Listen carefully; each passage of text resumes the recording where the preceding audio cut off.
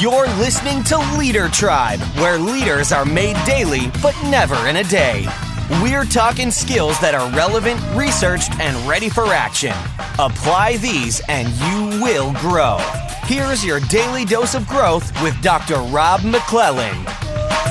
Hello, Leader Tribers. How in the world are you? I trust you're doing well. Dr. Rob with you. Hey, I'm going to be a little fatherly this week. I'm probably going to do that more and more as this podcast goes on. I was really touched recently. There's a part of a group that I belong to, a lot of executives in the group, mostly entrepreneurs in the group. And somebody posed a question to the rest of the group. Here's the question they asked. Did you have a good relationship with your father? I thought, okay, that's kind of weird, right? To ask a group of professionals and to kind of throw it out there. I thought, what's this guy's problem? Here's what I was blown away by. The response, unbelievable response. 3 out of 4 of the responses were negative. No, I didn't have a good relationship with my father. Well, I didn't have a good relationship with my father either. And it's because my father wasn't there. My father was gone by the time I was 1 year old. My mom had 3 other guys that she was married to. So I guess I had those stepdads for a while, but none of them ever took an interest in me or any of the kids that I can really remember. And so I met my actual biological father for the first time, I think 4 or 5 years ago, probably about 5 years ago. I'm 58, so it was after I was over 50 years old. Anyway, having said that, what I saw in the responses of so many of these younger people, specifically people in their 20s and 30s, was there's this gap in their heart that was there because they didn't have a dad. And so it was just alarming to me, especially because I have so many younger people coming to me and asking me to be a mentor or somebody who would spend time with them. It usually starts off with something like this. Hey, I'd like to pick your brain on something. Can we grab about 15 minutes or can I buy you a cup of coffee at Starbucks? And I usually say no to those about 100% of the time because basically what they're saying is, can I get some free advice instead of paying for it? Many of these people were clients, but after I got into relationships with many of these friends and people, I found out that there really was this father thing that was missing in their life. And they started coming to me with the kinds of questions that you would go to your dad with. Well, guess what? I never had a dad until I had a boss who treated me like a dad. And then I also have another dad out there because I asked him if he would be a mentor in my life. And he's treated me like his son now for more than 25 years. Those relationships are invaluable to me. And so I am going to be coming from that perspective more and more here on the Leader Tribe podcast, just to kind of say, everyone needs someone in their life who's going to give them about 3 or 4 hugs and then one good swift kick in the rear, a little reality check, the kind of love that a dad gives, someone who loves you enough to tell the truth. So that's where we're going to be headed this week. Specifically, I'm talking about a subject this week that has to do with boredom and burnout, specifically burnout and the kind of stress that people are reporting that they feel at work. There are all kinds of reasons for this. And so I'm going to be working this week out of an article that was in Forbes. It was called 6 Things That You Don't Owe Your Boss. And so I'm just going to kind of briefly tell you about that now. We're going to pick that up tomorrow. Basically, some new studies that have been done that note people work a full day at the office, but then they don't get home and unplug and go on to the rest of their lives.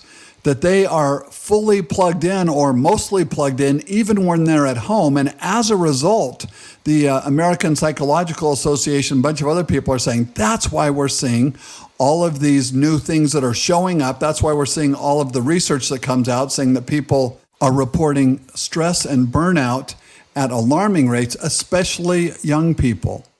So over half of us, over 50% of the people, they check their work email before they get to work, and then they check work email after they get home as well, and they do it throughout the weekend, even when we're sick or on sick time. And even worse than that, 44% of us check our work email while on vacation. Now, have I ever done any of those? Absolutely, yes, every one of them. But I've also made some changes in my life. And as a result of this new research and this podcast, I'm going to be making a few more. So I'm going to tell you about those tomorrow and specifically what I'm going to be doing. But we're going to get into this article. We're going to start off with a study from Northern Illinois University that came out this past summer, that shows just how bad this level of connection really is. We're going to get to that tomorrow because our episodes are very short around here. They're 5 to 7 minutes every day, and it's just an opportunity for you to jump in, learn something about leadership, and jump out. It's your daily dose of growth. I'm Dr. Rob, and until next time, much love. I'm out.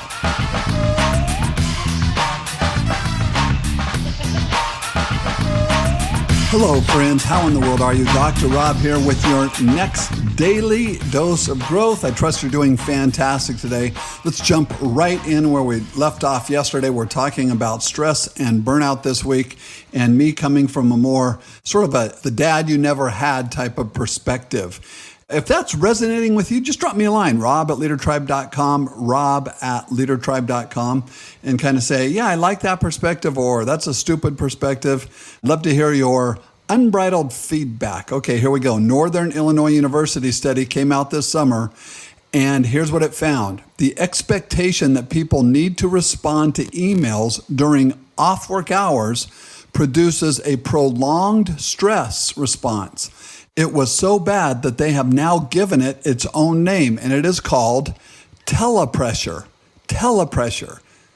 Isn't that interesting? You know something's bad when all of a sudden they have a name for it. Telepressure ensures that you are never able to relax and truly disengage from work. This prolonged state of stress is terrible for your health. Apart from the fact that you're risking heart disease, depression, obesity, stress decreases your brain performance, your cognitive performance. Hey friends, that's right from the Forbes article that I mentioned yesterday. So you and I, one of the things that we need to do is to establish firm boundaries between your personal life and professional life. When we are at work, you should be all there.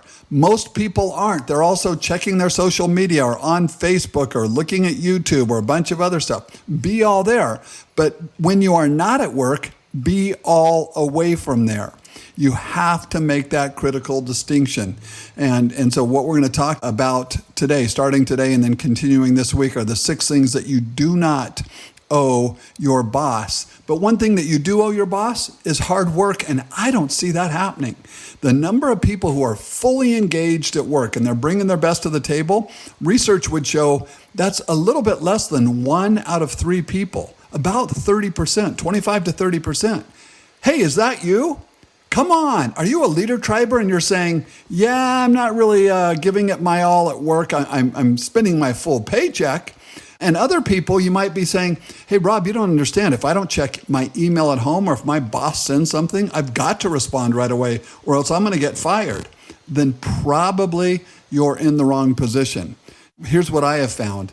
With my bosses at work, if I start responding or doing things on the weekends or if I do things at night, then they'll have that expectations. If they know, hey, Rob never checks his email until early in the morning, then they'll have those expectations. I'm the one who gets to set the expectations. The problem is often we have this imposter syndrome of we don't want people to find out how we really are and we love our job. And so we're trying to overachieve in order to get some type of recognition. Friends, that is a dead end game. Just let me tell you this like I was your dad. There's no future in that. It might seem like the right thing for a while, but there is no future in that. Okay. There are 6 things that you don't owe your boss. We're going to start with 1 today. Actually, we'll get through 2 of them today, and then we'll pick up the rest. First one is your health. You do not owe your boss your health. It's difficult to know when to set boundaries around your health because decline in health doesn't happen overnight. It's gradual. When did you start kind of becoming zombie-like? When did you stop caring as much? When was the last time you felt alive and sharp and that you were bringing your very best? When is the last time you kept healthy habits like taking walks at lunchtime or on breaks or eating better? All of those things start to slowly fade away when the pressure gets on us. And so, friends, you do not owe your boss your health. That's something that you have control of. And next, you don't owe them your family either. Do not let your family suffer because of your work. Too often, I have done that. I wouldn't use the word suffer, and I don't think they would either. But when I was with them at night, I wasn't all there because I kept looking at my email, checking my texts, wondering about something at work, and I wasn't there to give them my best. Hey, friends, I'm not proud of that. As a matter of fact, it was lousy. Don't be like me on that one. And by God's grace, I really don't do that anymore. I'm going to start off tomorrow's episode with telling you 2 things that I've done recently with my iPhone that have made a huge difference, and it's something that I will challenge you to do as well. Hey, this is Dr. Rob. Until tomorrow, much love. I'm out.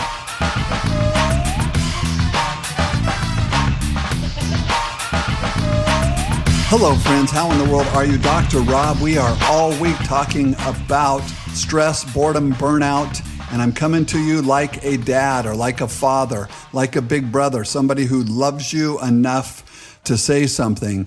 I'm going to start off today's episode with telling you 2 things that I've done because we really started talking about people and this new thing that's out there. It's a medical condition. It's called telepressure. It's the kind of pressure when you always have to be on. You always have to be checking your work email just in case something happens and you need to respond to your boss, and what that does to us. None of that is good. There's not one good thing that comes out of it.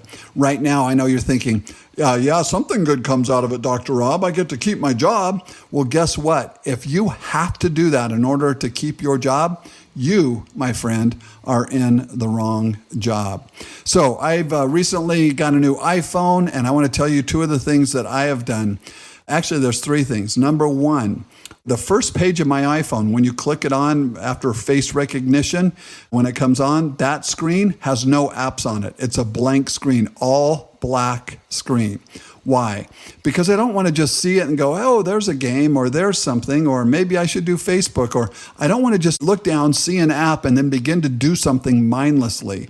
So the first screen that comes on is blank. I've had to move all of the apps to further screens, and my apps are fairly well organized. I use a ton of files on my iPhone, but guess what? That first screen, it is a black screen. But here is the biggie.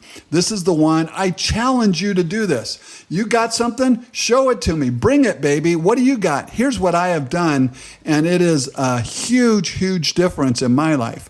You know, down at the bottom of your screen on the iPhone, you have the different apps that are always there. It doesn't matter what screen you're on, they are always on the screen. And so on those forever and ever, I've had internet, phone application, my text messaging, and my email. Well, guess what I've done now? I've taken my email out of the bottom of that screen and I've put it on the last screen on my iPhone. Why? Because every time I looked down at my iPhone, I would see the little badge that showed how many unread emails I had. And if I had had 3 earlier in the day and now all of a sudden I see there are 7, first thing I was going to do is, well, let me check that real quick to make sure that none of them are super important. Well, guess what? If it was super important, they probably would have texted or they probably would have called.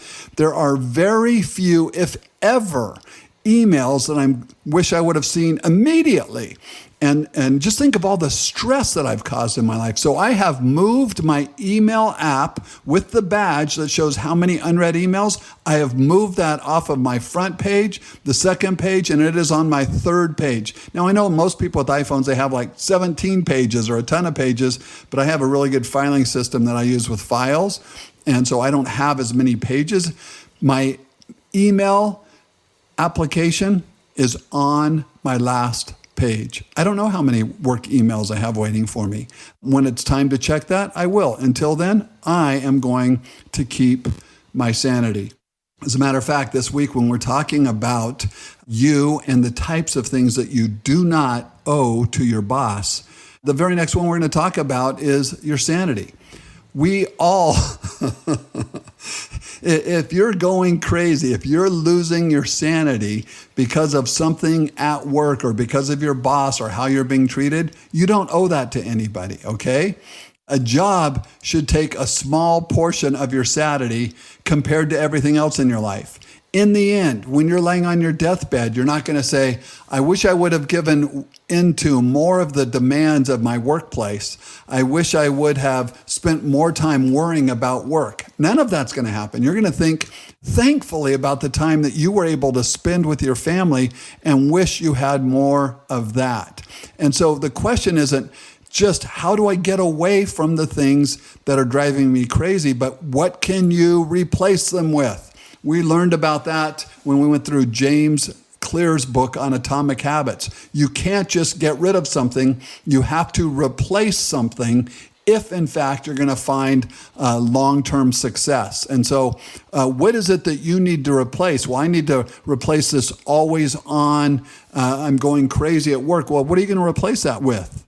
Research would show that just sitting down in front of a TV with a tub of popcorn and a remote control is not the best way to relax. As a matter of fact, introducing stress into your life in some other way is usually better for you because it takes all of your focus and your energy. For example, if you decide, I am going to take up a new hobby, I am going to go for a jog, or I'm going to go for a brisk walk, I am going to get out of the office. During my break time, I'm not going to sit there. When I'm working, I'm looking at my computer, working on things, and during my break, I'm looking at my phone. That is not good for anybody. Take a walk, read a magazine, do something other than what you've been doing all the rest of the time, or it's going to take your insanity. It's not going to return your sanity to you. And so you have to return to your work refreshed and de-stressed. The way that you do that is by disengaging. I talked a lot about that. If you want to look at the blog, leadertribe.com, the book, The Power of Full Engagement, is the best in the world on that subject matter. And if you will ask me, I will send you a 10-page summary of that book. Now, sometimes people email me and they say, please send me the summary you mentioned on your podcast. Well, I've mentioned a ton of summaries on a ton of different podcasts. We're almost, 300 or 400 podcasts by now. So anytime you ask for something that was on a podcast, say, please send me the summary of The Power of Full Engagement, and then I will get that out to you right away. Hey, the last thing that we're going to talk about today, something that you do not own your boss, is your identity. Your work is a part of your identity. It's an important part of your identity, but it's not who you are. It's something you do that is not who you are. And if you're having to go so far that that is who you are, or you can't have that job, again, you are in the wrong position. You have to have an identity outside of work that is about more than just having fun. It also is going to help you relieve stress, to grow as a person, and to avoid burnout. Hey, we're going to finish this up tomorrow on day 4. And then on Friday, you can listen to all of these episodes in one 30-minute podcast if you'd like. But until tomorrow, much love. I'm out.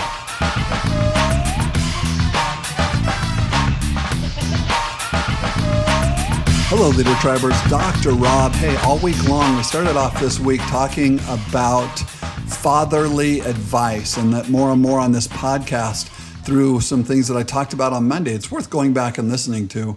I've really understood more and more recently how many people did not have a great relationship specifically with their dad, and I'm sure it's with their mom as well. And I'm certainly not chauvinistic or misogynistic when I'm talking about this, but the question was posed to men and women in an executive group that I'm a part of. Did you have a good relationship with your father? I thought it was a stupid question, or why would you ask that in this group? I was blown away by the level of response. Everybody jumped in and most people did not. And you could hear how that affected them over and over again. I put that together with the fact that I'm asked to spend time with and mentor and help and guide so many people at this stage in my life. And I really enjoy doing it for the most part. If they're just wanting free business advice without paying for it, I avoid those. But tons of people in their 20s and 30s who would be my kids' age. I love spending time and just kind of being the dad they never had. I have 2 people who are the dad I never have, and it has made all of the difference in my life. I can't imagine my life where I would be without them. And so we're talking about that specifically related to stress and burnout this week. And then this article that was in Forbes magazine, and it says 6 things that you do not owe your boss. We've covered all the rest. We're covering the final 2 right now. Number 5 out of 6 of the 6 things that you do not owe your boss is your contacts. You know, I find in the financial realm, and as a professional person, I work in mergers and acquisitions. And when you go to any new company or when you're meeting with people, they're asking you, hey, who do you know who's a big finance guy? Who do you know in the banking industry? Who do you know? And what they're really wanting to do is if they hear somebody they think might benefit the company saying, hey, will you call them on behalf of the company and see if they have any deals for us? And you're like, yeah, no. And so when somebody asks you, hey, who do you know in the banking industry or who do you know in private equity? Here's a question that you can use to kind of figure this whole thing out is saying, wow, what an interesting question. Why do you ask? Well, I'm wondering if there's anybody that we should contact. And I said, you know what? I'm not going to use my personal contacts because these guys, they trust me. I love them. They love me. And that's for a reason. It's because we don't go after each other or look at each other just in a business relationship. But anything that we have that I think would be interesting to one of them, of course I would let them know about it. But I'm not going to go after that specifically in those relationships. I just don't think that I would have the level of trust in relationships I do if I did that. And you'll get in a little bit of trouble, but at the same time, they will really respect you. And so you don't owe your boss or your work all your career contacts that you've had before you got there. Those are your contacts.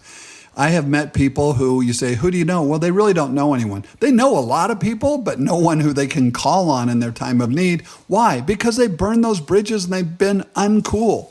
I cannot believe how many people are uncool to other people.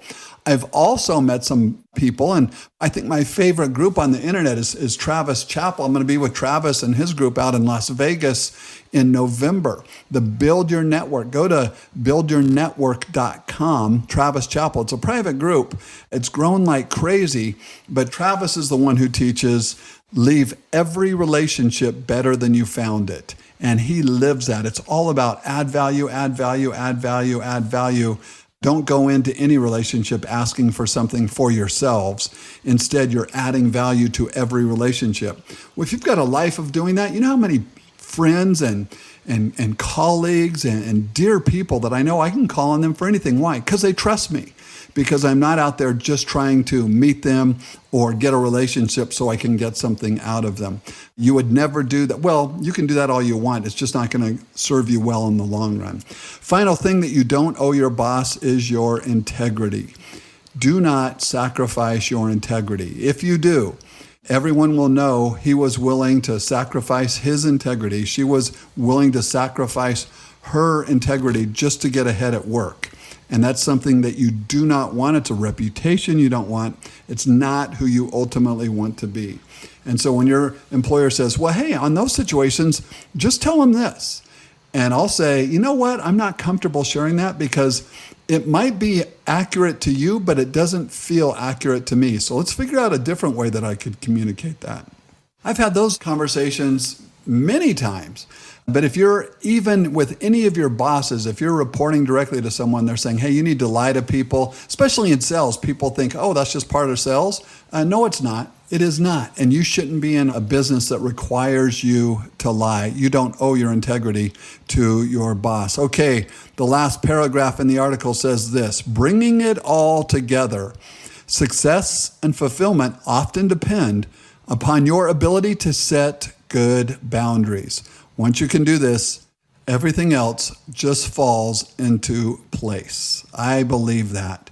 You be a person of integrity, you set good boundaries, you be who you are, and work hard, and good things are going to happen. Hey, this is Dr. Rob in Atlanta. Reach out to me anytime, rob@leadertribe.com. That's rob@leadertribe.com. Hey, give me some comments. Earlier, especially on Monday, I believe I was talking about becoming a little more fatherly in the way I go about this, and maybe the dad you never had perspective. I think I might go deeper into some of those things. If you think, boy, that's a stupid idea, then write me an email and say that. And if I get lots of that feedback, I'll go, whoa, whoa, whoa. whoa, I better back up the truck. At the same time, if you go, you know what, that would be awesome. Even if you had a good relationship with your dad, if there's somebody in your life you think, I would love to have one more person in my life who loves me enough to say something and who will encourage me along the way, then let me know about that. Okay, hey, this is Dr. Rob in Atlanta. Until next week, much love. I'm out. Thanks for joining us on this episode of the Leader Tribe podcast. For all the free bonuses and growth articles, join the tribe. It's free. Just head on over to leadertribe.com to sign up, and we'll see you tomorrow for another daily dose of growth.